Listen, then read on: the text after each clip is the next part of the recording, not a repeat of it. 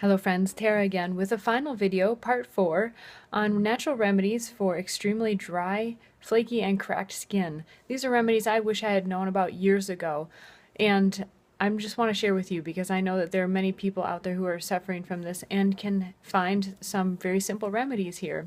So we've already covered topically, what to do internally, some simple basic things, and some that honestly take some work.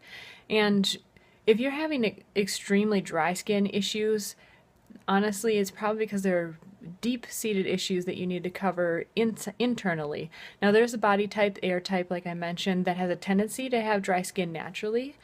But if it's extremely dry, as it was in my case, doing some other things are really, really necessary.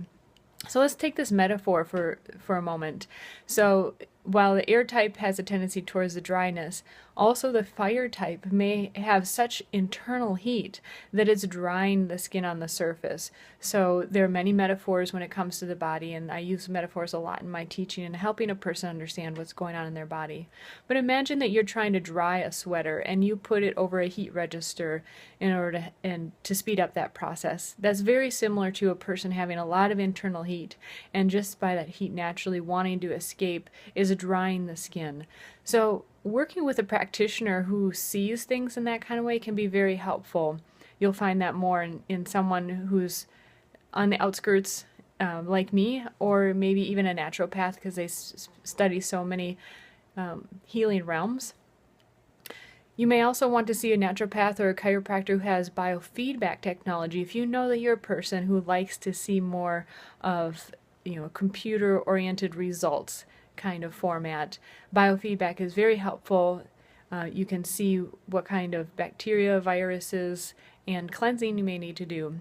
And that leads me to my next topic. When you're working with someone, especially if you have chronically dry skin, make sure that they're addressing these key components. So your digestion is very important, that you have very strong digestion, especially in the area of digesting fats. Fats are what help us to maintain moisture, among many other things. But if you're not properly digesting those fats, then they can't go to work in your body like they need to help preserve that moisture. Another thing is cleansing.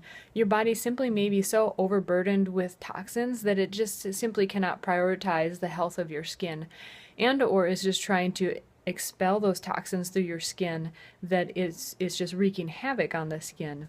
So that's really important to address as well. If you know you're the type of person who naturally has a lot of heat internally, you want to be careful about not just dousing that fire with cold water with ice, but eating some cooler foods, nourishing foods, cucumbers, aloe extract.